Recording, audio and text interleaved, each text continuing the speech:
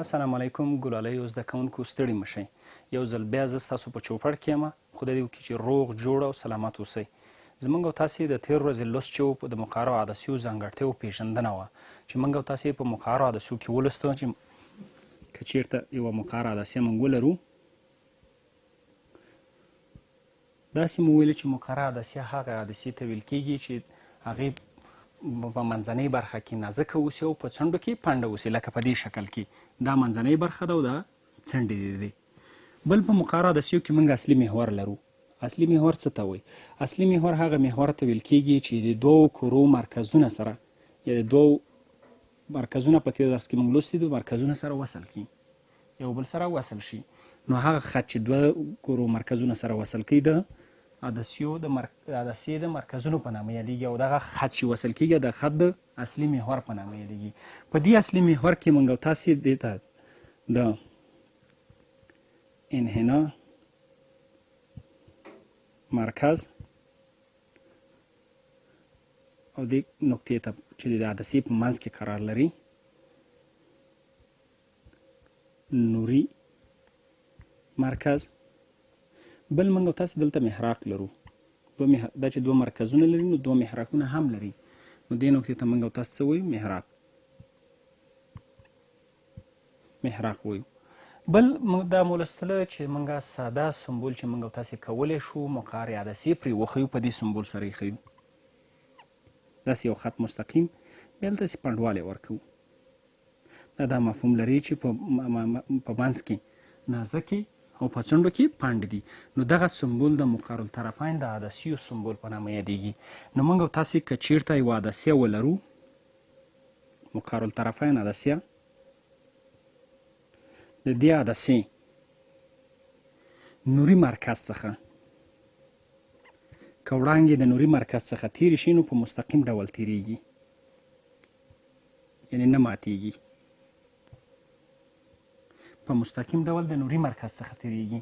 نوري مرکز هغه ټکی دی چې د هغې څخه وړانګې په مستقیم ډول تېرېږي یا بهر ته وځي، یعنې ماتېږي نه ماتېږي نه او انکسار او غبرګېږي نه.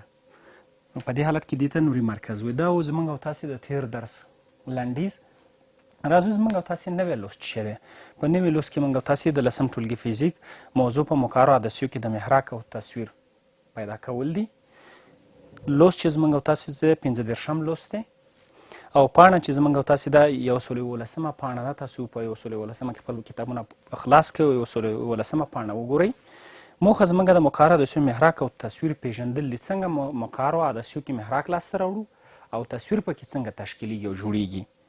نو موږ راځو خپلې موضوع ته اوس.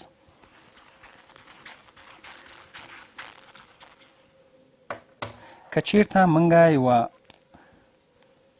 مقعر الطرفین عدسیه ولرو، د دې سمبول نه ګټه پورته کوو. که چېرته موږ داسې یو مقعر الطرفین عدسیه ولرو او دا اصلي محور اوسي، دا هم مرکز، دا هم محراق او دلته هم محراق.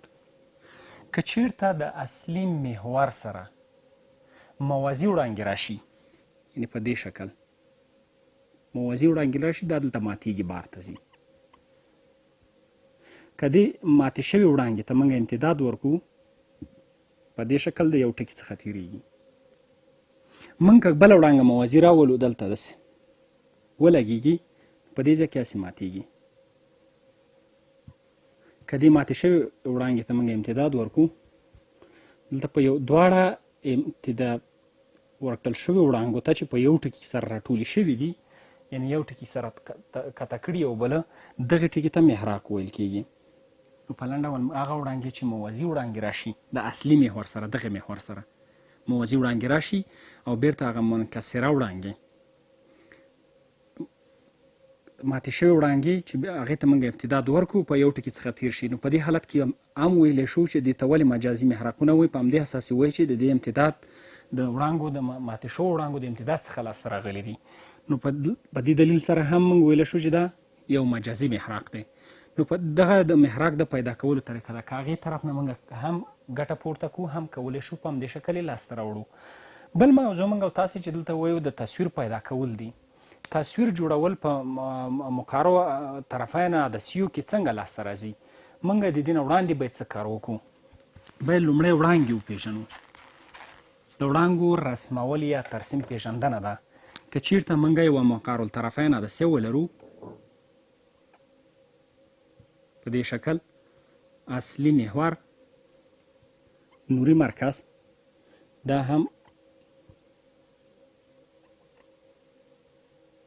مرکزونه. که چیرته دلته موږ محراق ولرو اف، دا هم محراق اوسي. نو دلته موږ څو وړانګې لولو. یوه وړانګه خو دا ده چې کله چې اصلي محور سره موازي وړانګه راشي، د اصلي محور سره موازي ده وړانګه، نو دا ماتیږي په دې طرف. کله چې ماته شوه، د دې ماتې شوې وړانګې ته که امتداد موږ ورکړو دې خواته، دې نقطې څخه تېرېږي، نو دې ته وایي یوه وړانګه، لومړۍ وړانګه. نو د دې لومړۍ وړانګې په اساس باندې موږ او تاسې په دې شکل په اسانۍ سره کولی شو چې تصویر ترسیم کړو. بله وړانګه موږ کومه وړانګه لرو؟ بله وړانګه لرو چې که د نوري مرکز څخه وړانګه راشي، نوري مرکز نه تېره شي په دې شکل، نو په دې حالت کې دغه وړانګه چې د نوري مرکز څخه تېرېږي دا نه ماتېږي، په مستقیم ډول د نوري مرکز څخه تېرېږي. دویمه وړانګه دا ده. د دغې دوه وړانګو پر بنسټ موږ او تاسې کولی شو چې په اسانۍ سره تصویر پیدا کړو یا تصویر رسم کړو. نو د تصویر د رسمولو دپاره چې موږ او تاسې دا کار کوو، بله وړانګه هم بعضې په ځایونو کې تاسو لولئ چې بله وړانګه هغه د دې اولې وړانګې معکوسه وړانګه ده. یعنې داسې بیانوي چې که چیرته یوه وړانګه راشي په دې شکل، یوه وړانګه راشي او هلته ماته شي، هغه وړانګه چې راشي چې د ماتېدو نه وروسته د هغې امتداد د محراق څخه تېر شي، یعنې که دا محراق اوسي د محراق څخه تېر شي، نو اصلي ماته شوې وړانګه د اصلي محور سره موازي تېرېږي. یعنې دغه وړانګه، دا درېیمه وړانګه د دې اولې وړانګې معکوسه خبره ده. یعنې که چیرته یوه وړانګه راشي او هغې امتداد ته موږ مستقیما امتداد ورکړو او د محراق څخه تېر شي، نو منکسره یا ماته شوې وړانګه د اصلي محور سره موازي تېرېږي. نو د دغې دریو وړانګو په وسیله یا پر اساس موږ او تاسې کولی شو چې تصویر ترسیم کړو یا رسم یې کړو. نو موږ تاسې څنګه کولی شو چې د دې وړانګو څخه ګټه واخلو تر څو موږ خپل تصویر په مقعرو الطرفین عدسیوکې لاسته راوړو؟ نو راځو اوس یې ګورو، په عملا ډول یې ګورو.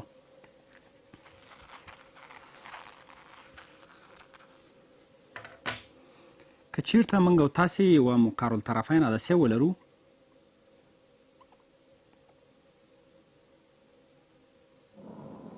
دا هم نوري مرکز،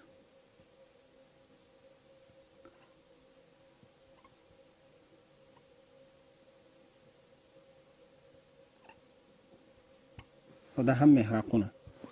که چیرته موږ یو جسم ولرو دلته فرض کړئ، او د دې ځای نه یوه موازي وړانګه راشي د اصلي محور سره موازي، نو دلته ماتیږي.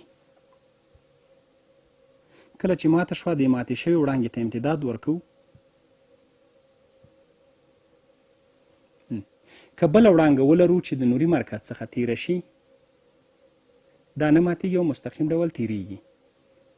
نو دې دواړو وړانګو دلته، که دا د A B جسم اوسي، دې دواړو وړانګو دلته تقاطع کړي، نو دې ته وایو A زبر B زبر.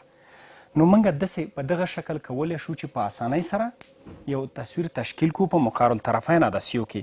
که چیرته موازي وړانګه لومړی راشي د اصلي محور سره موازي، ماتېږي، پورته خواته ځي، نو د دې ماتې شوې وړانګې ته که چیرته موږ امتداد ورکړو، ښکته راځي، په دې شکل تېرېږي.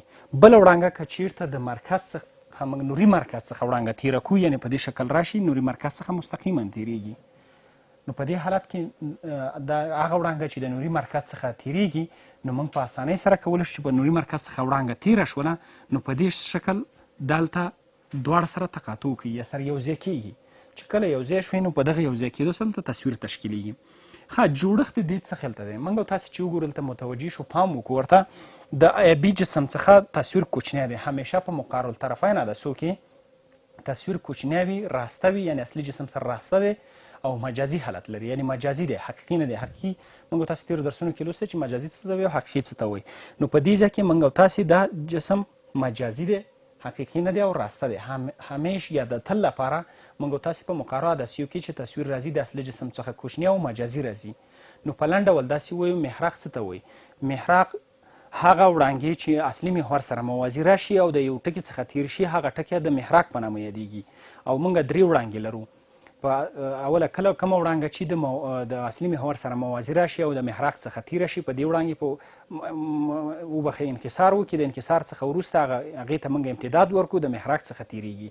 نو دا وړانګه ده. دویمه وړانګه هغه وړانګه ده چې د مرکز څخه تیریږي، نوري مرکز څخه مستقیما تیریږي د نوري مرکز څخه، او د نوري مرکز په حالت کې چې د نوري مرکز څخه تیره شي نه ماتیږي. کله چې نه ماتیږي نو دغه وړانګې په وسیله موږ تاسې کولی شو چې یو تصویر جوړ کړو. او بله دریمه وړانګه هغه وړانګه چې کله د هغې مستقیما امتداد د محراق څخه تیر شي نو منکسره وړانګه د اصلي محور سره موازي تیریږي. نو دغې 3 وړانګو په وسیله موږ او تاسې کولی شو په اسانۍ سره تصویر لاسته راوړو.